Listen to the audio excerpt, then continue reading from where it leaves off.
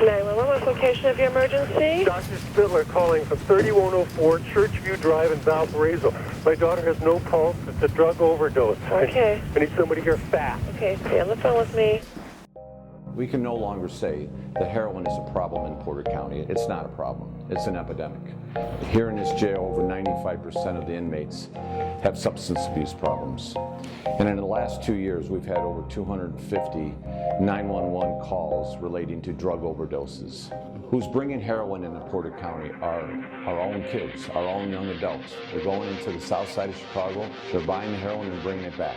The kids from Couch, Hebron, Chesterton, Portage, Valparaiso, throughout Porter County, they're the ones going to Chicago, bringing it back. And when you do heroin, it's a choice. And people need to understand that choices have consequences. And if they do heroin, two things are going to happen. They're either going to die or they're going to go to jail. My name is Herbert Steverson. I'm from Valparaiso, Indiana, and I'm currently incarcerated for Class D felony possession of a hypodermic needle. I was introduced to heroin through friends that I partied with. It started off socially using. It built from prescription pain medication abuse. Heroin is the most readily available drug, in my opinion and in my experience, in Porter County. Everybody knows somebody that can get it. I OD'd the first time driving around in a car with some friends, and luckily one of my friends was able to bring me back herself. The second time I OD'd, I fell out in my parents' bathroom. Ever since I was growing up, man, I was gonna be a baseball player. I was going to the league. It was my dream. It was number one on my list. Baseball was my first love until I did drugs for the first time. If I could go back in time to the first time that I shot up, I would probably tell on myself. I would probably tell my parents, alert my coaches, alert my people, hey, this guy needs help. My name is Christian Enyart. I went to Valparaiso High School. I've approximately been in jail about 17 times, in and out. I've been to the penitentiary, I've been to boys' schools, I've been to mental institutions, I've been all over the place. I was introduced to heroin when I was 17 years old by a woman. She had been introduced to painkillers, prescription medications, and she first introduced me to those with Vicodin and Percocets and all that. And then she brought around heroin, and I was interested. I was intrigued by that, and I was like, hey, I want to try that. And then push come to shove, and I was end up shooting up within 2 weeks. Like the sheriff said, it's an epidemic. It's taken over. Like I know people that when I was in high school, that I'd smoke weed with, and they'd be like, oh, I'd never do anything other than this. And half of them are dead now from heroin use, and the other half are still addicted right now. Now, if I had known exactly the outcome as of now, if I would know what the outcome was, I would say, I don't want to be there. I don't want to not have anything to my name. I want to be 23 years old, going to college and starting a career and my family, and who knows, maybe I already have a family, you know? And just looking back, I wish I could do that. My name is Katie Hoekstra. I am 27 years old and I live in Valparaiso, Indiana. I've been arrested 8 times, all drug related. I'm in jail this time because I overdosed and border police came to my house. I've gotten away with a lot. I've come to jail many times and only had to sit a little bit or got bonded out, but this time I was sentenced to a year. Heroin is very easy to get in Porter County and in Valpo. It's normally just a phone call or a Facebook message away. My daughter was the one who saved my life one time from one of my overdoses when she was 3. She got in my phone and called the neighbor and said, my mommy's sleeping and won't wake up. It was never in my plans when I was a child. I got really good grades, I was athletic, I was prom queen, I was that person who was driven to do something and be somebody in life, not sitting in Porter County jail, watching my children grow up over visiting screens and pictures. My name is Robert from Valparaiso.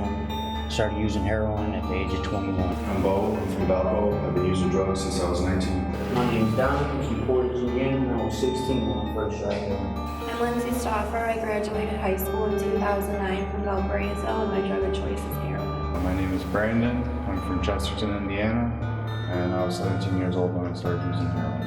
I'm Judy Fancher. I'm from Chesterton, and I was 15 when I first started using heroin. My name is Justin McChristian. I graduated from Wheeler High School in 2002. I'm from Valparaiso, Indiana. I started using heroin at 16 years old. My name's Tom. I'm from Valpo. Went to Valpo High School. My drug of choice is heroin. My name is Dustin Sandberg. I'm from Valparaiso, Indiana, and I was 19 years old when I first shot up heroin. My name is Brittany Byland. I graduated high school in 2007 from Washington Township, and I first used heroin at Chesterton. My name is Lisa Ferry. I'm from Valparaiso, Indiana. I was 12 years old when I started using heroin.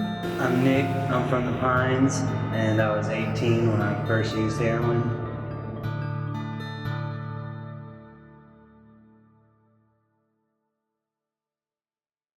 My name's Noah Beck.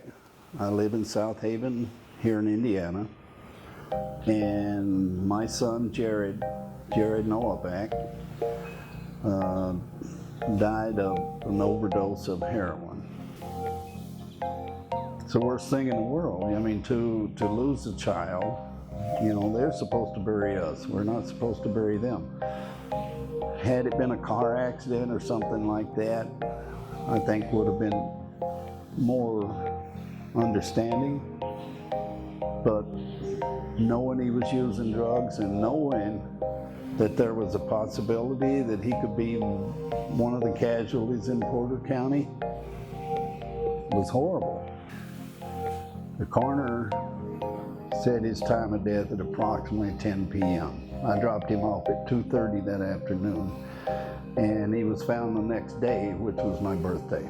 Not a day goes by that I don't think about him and what he would be now. You know, he'd be 34 years old now, and not a day goes by that I don't think about it. I am Phyllis Spittler. And I'm Man Spittler. Amanda died right here in our home. She died in our bathroom upstairs in the bathtub. She said she was going to go upstairs and she was going to take a warm bath and go to bed. And I knocked on the door and I screamed her name. I did this 3 times with no response, and then finally I opened the door and went in there. There were her drug works out on the countertop. Dr. Mazurik, a pulmonologist, a lung specialist, was in charge of her case. And I asked him, I said, why so much fluid in her lungs here? You can't get oxygen into someone's blood if the lungs are filling with water. And he said, uncertain cause unknown right now, but he says we've got other things to do before we can address that fully. So after a while, I looked across the table from him and I said, if this were your daughter, what would you do?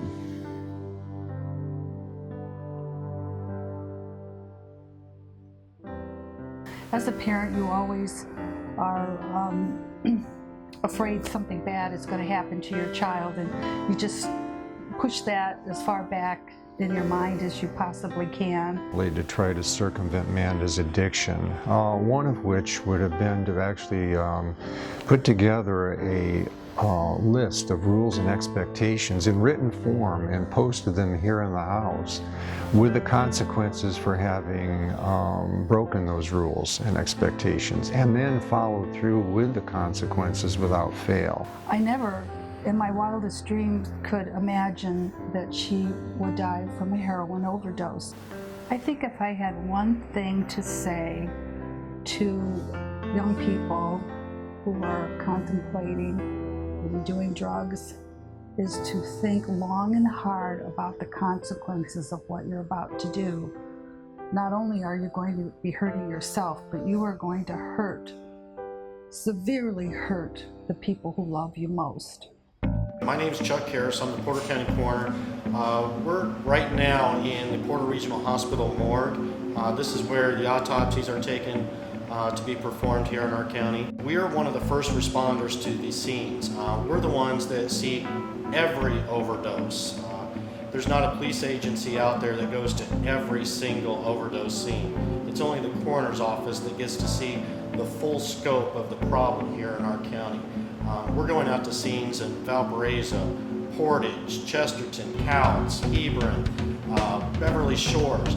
We encompass all of Porter County. It's not just one little region. So that's the reason I think the coroner's office definitely sees the effects of how this impacts our community more than any other agency out there. We're at the county morgue right now. We're inside the cooler, and what we have here right next to me is what I suspect to be our latest heroin overdose. Is a young woman from Portage. What I can tell you is over the past 5 years, we've had 66 heroin-related deaths. That's specifically one drug. Heroin affects all people in our community. It has no socioeconomic ranges to it. It'll affect white people, black people, poor people, rich people, middle class. Every time we have one of these heroin or opiate-related deaths, I'm a family person. I've got a 13-year-old daughter and I've got a 9-year-old daughter. And every time that I go to one of these scenes, I'm always constantly reminded that, you know, this could be my kid laying on the table right here in front of us. Because as good of parents as we think that we are, this drug really affects everybody. 911. Okay, I have a friend here. She's overdosed. 911. I think I got an OD in the back. 911. I think my son might have OD. There's been an overdose. We have an overdose. Something wrong with my son. I don't know. I'm trying to get to the hospital. 911. Okay. My son is overdosing. 911. 911. 911. What's the location of your emergency?